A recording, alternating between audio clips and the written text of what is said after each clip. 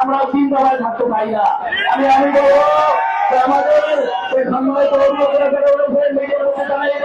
আমাদের শিক্ষার্থীরা এখন আগামী দিন আমাদের অভিভাবক এবং শিক্ষার্থীরা সেখানে যাবেন আমাদের যোগদান করেন।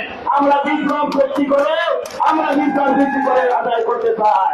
আমি আবারও বলছি, সম্মানিত অভিভাবক আপনার যোগদান আছেন, সম্মানিত শিক্ষার্থীরা আমাদের শিক্ষার্থীরা যোগদান আছেন, আমাদের সাথে যোগদান করেন, আমাদের সাথে একাত্মতা ঘোষণা করুন।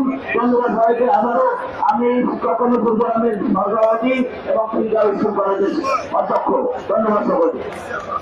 ধন্যবাদ আমাদের ঢাকার রাজপথের লড়াকু সৈনিক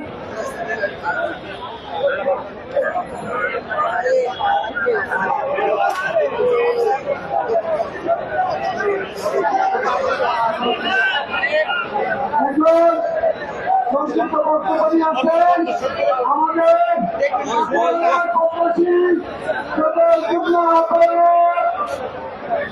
বাংলাদেশ একমাত্র শিক্ষা দাবি সম্মিলিত মহাসচিবের দেওয়া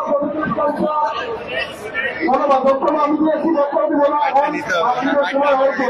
আপনারা নামাজ পড়বেন, এখানে করতে পারবেন। নামাজের জন্য যদি কেউ চলে যান, নামাজ পড়ে আবার এখানে আসবেন। আমরা এখানে আমাদের অধ্যক্ষ করলাম নাজি স্যার না আসা পর্যন্ত আমরা এখানে ইনশাআল্লাহ অবস্থান করবো। সবাইকে এখানে যদি